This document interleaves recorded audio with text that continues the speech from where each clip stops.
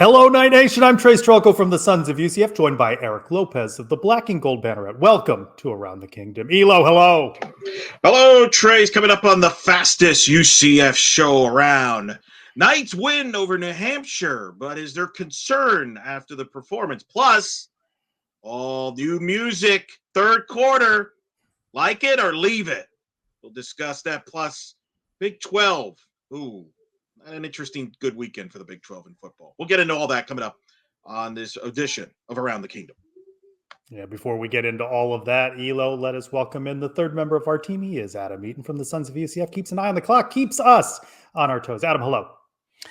Gents, greetings. I forgot. I'm remiss. Happy anniversary. This is now the second football season of Around the Kingdom. So happy anniversary to both of you on a full year of Around the Kingdom. I can't wait to see what happens for both of you this football season. Thank you very much. All right, Elo, you mentioned it off the top. Knights 57, New Hampshire 3, but overreactions. Let me hear your best overreaction following this Knights big win to go 1-0 on the season. Can we complete a forward pass, please? Oh, my goodness. What was that? And KJ, get it together. I have a lot at stake on you. I wrote a column on how KJ Jefferson is going to be the difference in UCF being a contender in the Big 12. Not the way they threw the football early on. He seemed to be kind of telegraphing his passes, aiming for throws, just wasn't sharp. Hopefully it's just one game. I think he'll bounce back, but there's concern there. I think the biggest overreaction and reaction, right, is about KJ Jefferson. But I was interested in what Gus Malzahn said Monday during his presser. It's his first rodeo. Later on in that 40-second soundbite, he says he's an experienced guy, a veteran guy. Which is it exactly, Elo? I guess technically it's both. His first rodeo as a UCF Knight, but he's also this veteran quarterback. He is well compensated, Elo, to perform on game days, and 7 of 14 for 100 some yards, an interception, a terrible interception, is not what people have invested in him. And you know what? I heard he's a little rusty. Cam Rising was off more than a year and a half, faced a comparable opponent, threw 5 touchdowns, okay, in limited work. That's what KJ Jefferson should have done and what he needs to do this weekend against Sam Houston. I did a post-game show live on Banner, and I was reminded over and over about him being well compensated. Trust me. I'm aware. Everybody's aware now. But yeah, that's overreaction. You know what's another overreaction? How, man, we were so dominant on the defensive line. Oh, that defense looked great. We played a team that probably couldn't beat the 12 and under team that wins the NFL flag football championship every year. Can we wait a little bit, Trace? Because I remember a year ago at this time, this defense looks pretty good. And then they got into Big 12 play, and we know how that ended. So I think that's a little overreaction there.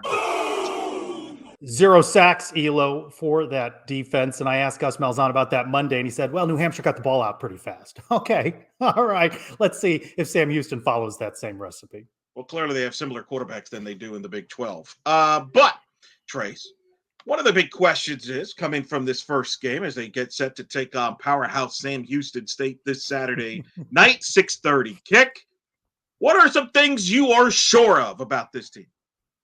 I am sure that the running game is strong. You have multiple options.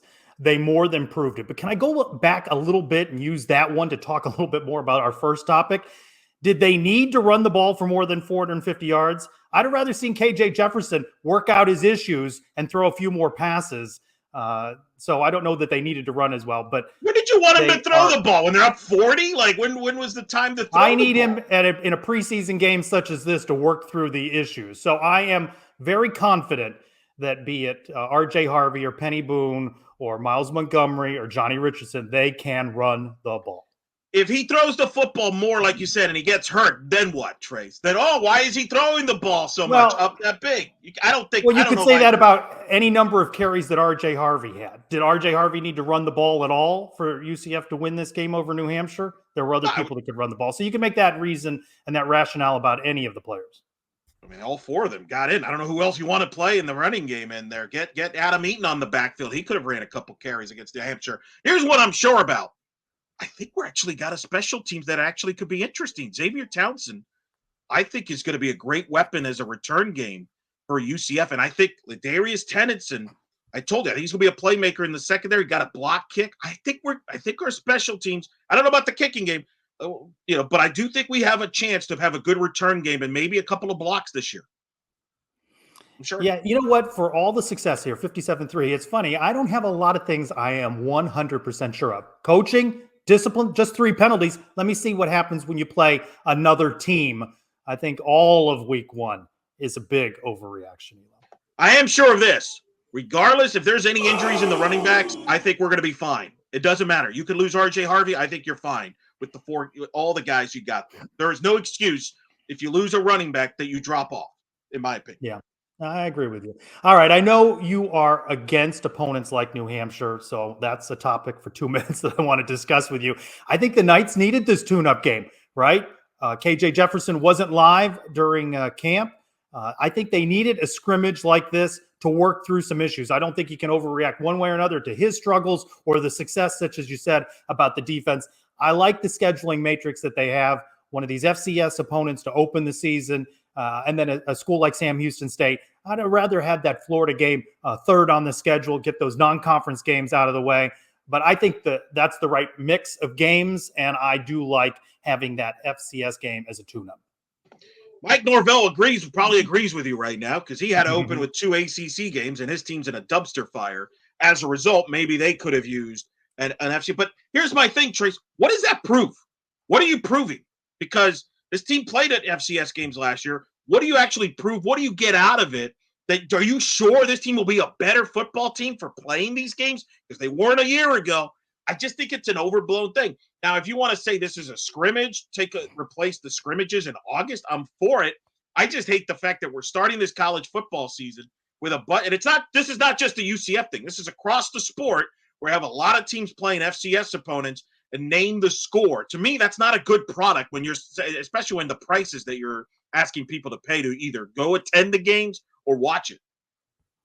Well, look at Florida State, 0-2, right, against stepped-up competition. I think UCF needed a game like this. We'll see if they're able to utilize it in week 2 and build upon it. I think you need to grow into a season. You only get 12 of these during the regular season. I think they needed a tune-up, so I see that as the benefit. Plus reps for a lot of other guys in the 2 deep, 3 deep. What if they lose to TCU by 2 touchdowns? Then what? What did this accomplish? Did it accomplish anything? It didn't accomplish anything. And by the way, there's a 12-team playoff. Don't you want to improve, have a resume that gets you in case a lot of teams have a game like New Hampshire on their schedule. I mean, Utah played Southern Utah. I don't think that's going to hinder them. Yeah, but you're not in the SEC or the Big Ten. They pretty much control this. I mean, there's too many teams in the Big 12 that play it. All right, well, we're not going to agree on this. Let's see if we agree. Hey, the new season of UCF football, which means, hey, new stuff at the stadium, apparently, folks. Lobster rolls. Lobster rolls are big. And a new music there in the third quarter. They played Rocketman by Elton John there. One of my favorite songs, but yet kind of weird that they all of a sudden just threw that in there. Trace, you like it? Do you rather not like it? What's your thoughts on this? I think it's fine for the space game. I think they need to decide who they are. They certainly do not like building on tradition. That's my biggest issue with change, multiple brands. We're Space U, we're the Knights, Rocketman now.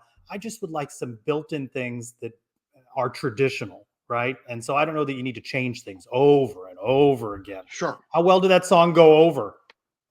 Certainly not well enough that people are, clamoring for Frankie Valli to return, but just leave some things in place, build on some tradition. Whatever happened to playing the band music? And it's just not just UCF. You get a halftime show. Cool. I'm watching the Florida State game against Boston College, and they're playing all this music after plays. I'm like, where's the word chant that you're used to playing after a first down or the tomahawk chop? That's what college sports is about, is that tradition. I don't think it's about playing in-game music. This ain't the NBA. But that's just me. I know you're trying to get the younger demographics in this involved, but I agree with playing you. a 50-year-old song? I mean, could be worse than Elton John. But anyway, so I just wish let the bands play. I'm all for them. Let the bands play. Give me them. All right. So we talked about that New Hampshire game as a tune-up for UCF. Hey, Gators in Miami, they didn't hold back. They faced each other in an opening game, right? Miami with a big blowout win. Does that blowout, Elo, make you feel better about the Knights' chances traveling to Gainesville? FBI on this, right? Or what is it? What's it called that ESPN does where they predict the games? Did I say that right? FBI. Where they Adam will predict let you the know games. if he did. Yeah, Adam will. Yeah. We'll correct that. Has UCF now with a decided advantage in that game in Gainesville. You feel better about that? No, I don't. Like that. Doesn't this fall under the category now of, hey, we're supposed to win this game and now we don't, and then everybody's disappointed? Like yeah. I mean, I would rather Florida to be good, because the problem is when Florida's not good, now you beat Florida, they're going to come up with the excuse, oh, we're not very good. Of course you're going to beat them and everything like that. Clearly that fan base is given. The good thing is Florida fans have bailed on that team. They've bailed on Napier. So I think there's a way you can get some good tickets if you're a UCF fan going to Gainesville there, scalp some tickets, because I think that Gator fans have bailed on that program. But no, it adds more pressure, Trace. And I know you're trying to downplay this game. You're acting like this is just an exhibition. Oh, it's no big deal. We can lose this game and it's fine. We're fine. No, you got to win this game. People now, with this Florida looking as bad as they are, people are going to expect UCF to win this game from the fan base. And if you don't, people are going to be ticked off.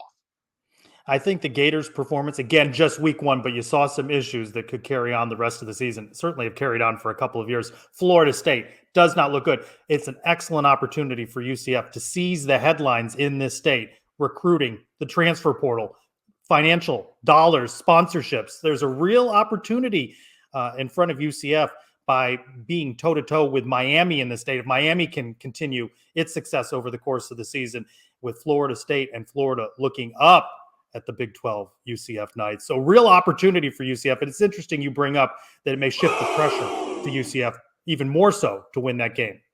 By the way, did you see how that Tommy Castellanos looked pretty good for BC? Can you imagine? If only UCF can recruit a kid like that. Yeah, he might fit great into the offense.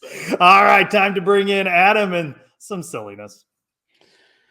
All right, gents, before we get there, don't forget, we're brought to you by our good friends at the Cure Bowl, December 20th, downtown Orlando at Camping World Stadium. You can catch the Cure Bowl. This time, the fight is always Orlando versus cancer. You can join the winning team. Go to curebowl.org right now if you want tickets to the event. It's one of the highly rated bowl games. We're back into the bowl season now, so you can go down to Orlando, have some fun, both pregame, postgame, and enjoy some festivities on the field as well. Go to curebowl.org for more tickets. All right, gentlemen. Here we go. Fun game this week. You guys were talking about Florida, obviously Florida State. So here's my first question. Elo, I'll start with you. Week one specifically, did you enjoy more watching UCF win against New Hampshire, or did you enjoy watching Florida State and Florida lose more? Mm-hmm. Definitely enjoyed the Florida losing part. The fan base bailing. What, third quarter against Miami? The meltdown with all that? I mean, yeah, no, that was enjoyable because, listen, you're supposed to punish New Hampshire.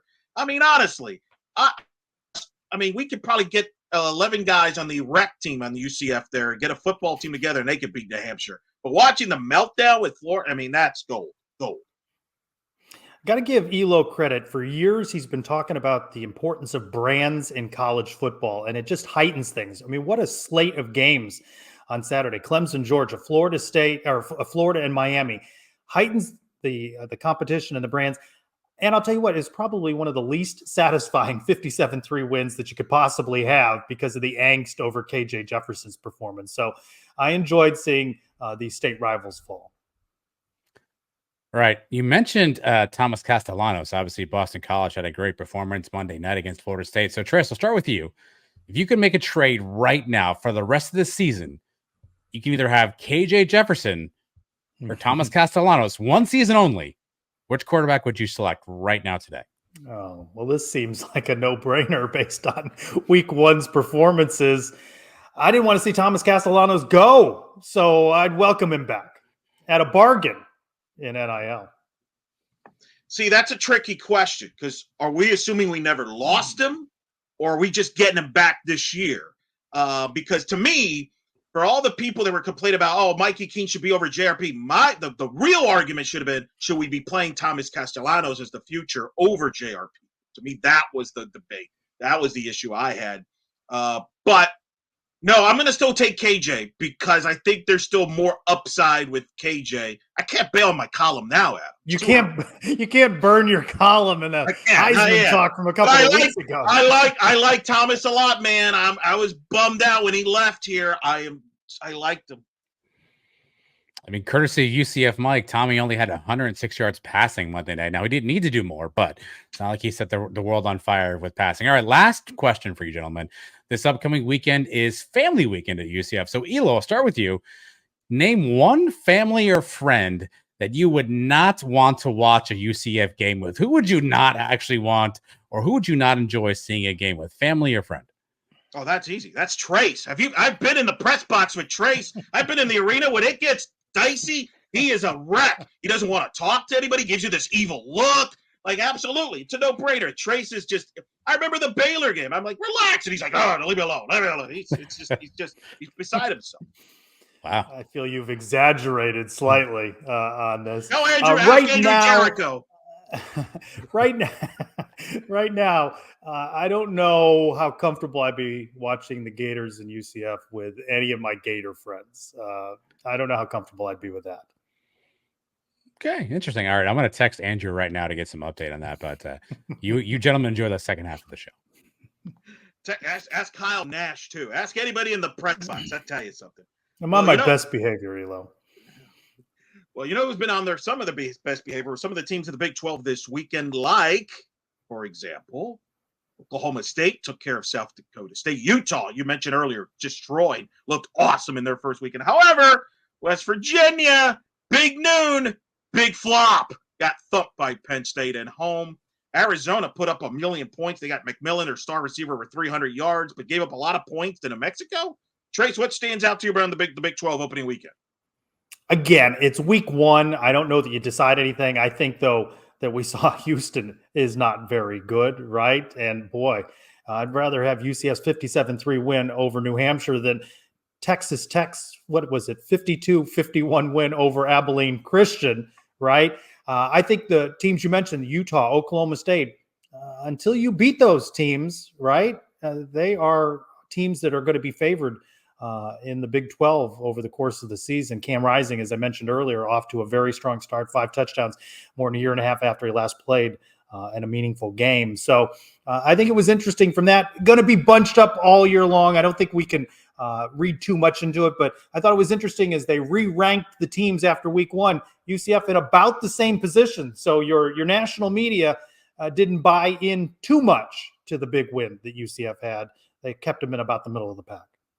Yeah, when they actually play a team with a pulse, maybe they'll start getting noticed at that point. I'm not sure how good this league is. Like, you know what I mean? You guys came back from Vegas. Oh, man, this team is so deep. It could go 7-8 teams can win the league. Is that because maybe everybody's not that great? Like West Virginia, everybody was like, oh, they could give Penn State a game. Didn't do it all. That's perhaps the biggest disappointment of the week because of the high-profile nature of the big noon. Right? And then they had that long weather delay, and West Virginia was off the entire game in what should have been a game they were up for, if not able to win. Correct. I mean, boy, you've been real quiet, by the way, on Texas Tech this year. Not a peep on the Red Raiders there. That was last year, Elo. That was clearly they're bad. Where is the marquee wins in this conference going to come from, Trace, outside the league? Oklahoma State, to me, needs to make a statement against Arkansas this Saturday. Otherwise, this league will probably be a one-bid league into the playoff in 12 teams, and you'll complain about how that the SECs and Big Ten are dominating this.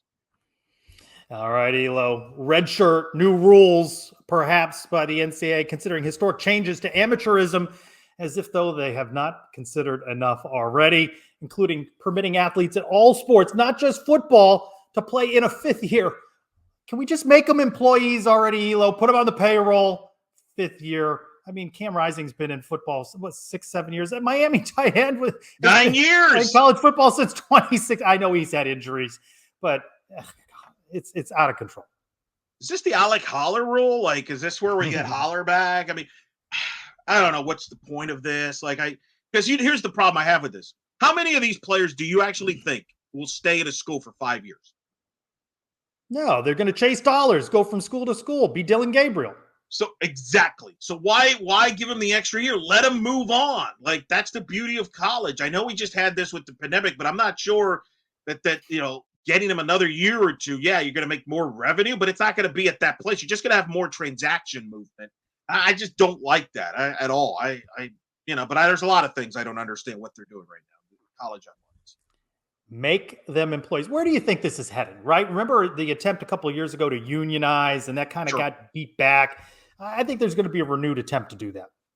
Well, there's no doubt, especially with revenue sharing potentially coming into it. The players are this is professional sports now, no longer. And have you noticed this, Trace? Going back to the KJ thing, but even at Florida State with the DJ at quarterback, the fans the tune has changed. And I got to give Adam Eaton credit for this. He was on top. He was ahead of this. The fan reaction now the tone is much different. There's a lot more vitriol if a player doesn't perform because of what you said earlier. These guys now are getting compensated, and fans know that. And while they may not know how much they're getting compensated, they know they're getting compensated. And now these players are being judged just like the professional athletes are. And I think it's gonna bring a lot of ugliness across college football, especially on social media and in the stands as well. Agreed.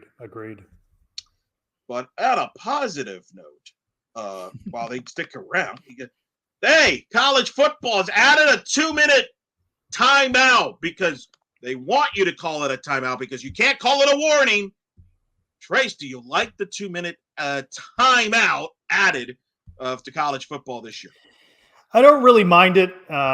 It takes a little getting used to. It's supposedly not adding more TV timeouts. I'd rather the game be compact in 3 hours than 3.5 hours, though. But I don't really mind it. It does change. I think it's going to be interesting, especially getting into conference games, how it may change the strategy down the stretch. But I don't have a problem with it. I hate it. I absolutely hate it. Who said, hey, first of all, why we can't call it a 2-minute warning? What? You got to, oh, no, it's a timeout. Give me a break. Go to clown. So now what is happening now, because I think the games have been moving on pretty quickly. As soon as we get to that 2-minute break, oh, my God, we're got 5 minutes of commercials now. These networks now are going to put commercial after commercial. And I just, why? And then I don't think coaches have a clue how to handle this. They don't know whether to call a timeout before the 2-minute warning or watch. Why? Who said we needed this? Why do we have to copy the NFL in this case? I don't understand. All right, Elo. Came across an article at toptierstate.com saying abolish the noon kickoff. I had to laugh about it because all the rationale for it, that fans don't really like games at that time, was on the mark. But you just mentioned it, TV revenue, right? Every school wants that TV money. They're going to play games whenever they want to on whatever network at any time, day of the week, time of the day. There's no abolishment of the noon kickoff. Well, first of all, the entire Midwest would flip out because they love noon games. That's all they do. They don't play night games in the Big Ten for the most part, except for exceptions.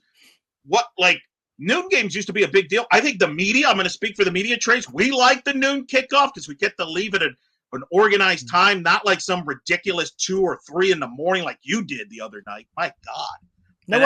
It wasn't that late, but I like the Thursday game because it opened up the weekend to watch. Well, that's a different topic, but TV net, what are you going to put at noon if there's no games at noon?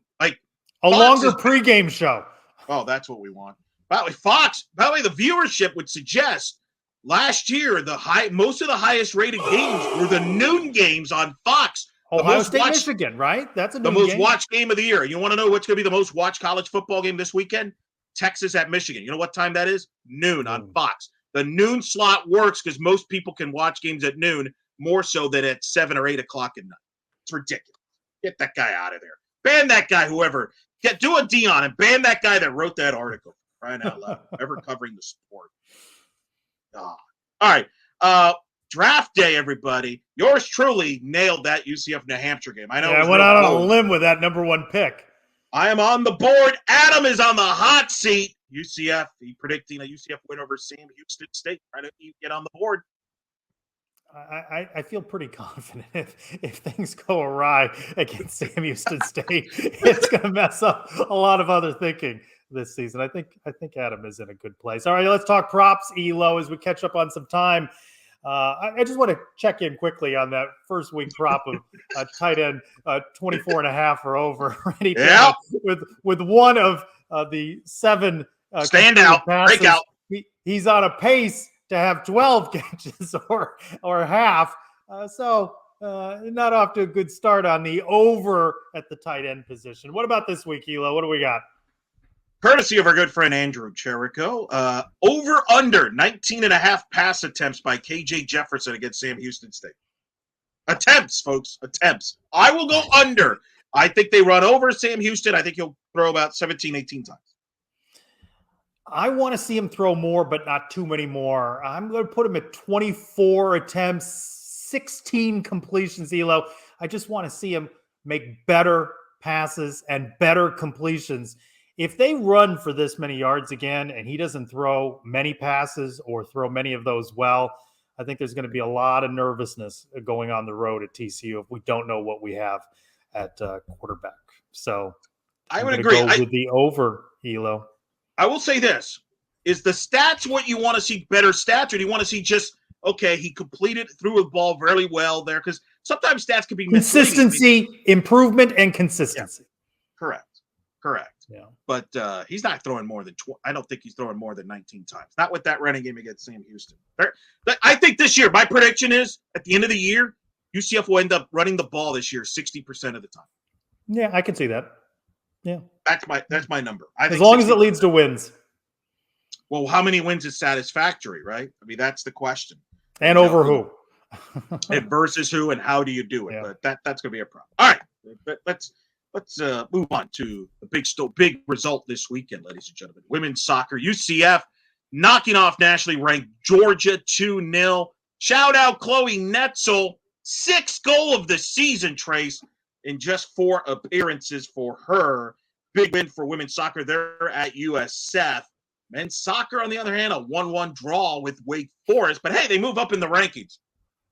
How did that happen, by the way, Elo? They had a draw at home the week before against number 23 Seattle. They were 19. They fell to 21.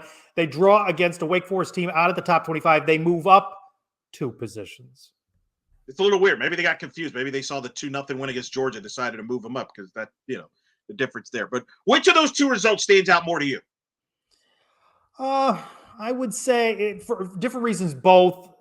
The win over Georgia is a quality win. Georgia having played Florida State, UCF with a week to prepare, but you take it. It's a quality win over a ranked opponent. You need that for your strength of schedule. So kudos to them closing out at home. But the injury situation, Luca Dorado out for how long and the extent of the injury not yet known as we record. That's concerning on the heels of losing goalkeeper Juan V. Munoz for 6 to 8 weeks. So men's soccer already facing some difficult injury situations. I think that's what stands out for men's soccer this week. Yeah, I mean, I wrote about that on blackandgoldbanneret.com. Shout out to Andrew Trylko, who did some great jobs on the interviews there. Juan V. Munoz out 6 to 8 weeks. Shane Wright, redshirt freshman from Orlando, has to step in, gets a couple saves. Luca Dorado, I called the match, goes down in the first half, didn't come back to the match. You can't lose those type of players, and think you're going to, be okay and advance in the year with the big goals that Coach Calabrese has. I don't care who you are. But I think, to me, the women's a big story. That's a huge win for Georgia. They blew a lead against Georgia last year in Athens. A year ago. Painful loss. Terrible loss a year ago. If they win that game at Georgia last year, I think they're in the NCAA tournament. This win is a big non-conference win on that resume. They can carry over to the Big 12. But don't watch out. South Florida, they're going to throw everything at you. Don't slip up in Tampa before conference play starts. And volleyball off to a 2-0 start. Nearly blew that game, first one at Virginia Tech. But you got to win these non-conference games because it's going to get a lot harder in the Big 12. Time to bring back in Adam. What did we get right? What did we get wrong? Somewhere, I still don't know what ESPN calls that thing. Is that one of the corrections, Adam? I'm with you there. So first update, KJ Jefferson's Heisman number is now plus 8,000 ELO. So you can make some cash if you want to put some money down there. Come on, back it up. We talked about some running back stacks. UCF had 54 carries against New Hampshire, 11 apiece for RJ and KJ. For a fun fact, Rocketman recorded and released in 1972 by Elton John. Trace, FPI, Football Power Index, according to ESPN right now, UCF has a 58% chance of beating Florida in that matchup. Big 12 was 12-4 this weekend, one of 2 conferences that did that. Eric, I like how you avoided saying DJ Uangalele. You just called him DJ. I appreciate that. You talked about the 2-minute warning. It's not a warning, gentlemen, in college football. It's just a timeout. Per Steve Shaw from the NCAA, it's not called a 2-minute warning because it's not a warning. And last but not least, you talked about kickoff times. 4 of the top 6 games in 2023 kicked off before 4:01 p.m. 3 of those 6 were on Fox. Thank you, Adam. One more thing before we go, Elo. Be sure to check out the helmets that are going to be worn by UCF this weekend. Logos designed by pediatric patients at Arnold Palmer Children's Hospital in Orlando. Nice touch by UCF to wear those logoed helmets. Look for new episodes midweek every week on the Sons of UCF YouTube channel and later wherever you get your audio downloadable content. For Adam Eaton, Eric Lopez, I'm Trylko. Thanks, everyone, for watching this week's Around the Kingdom.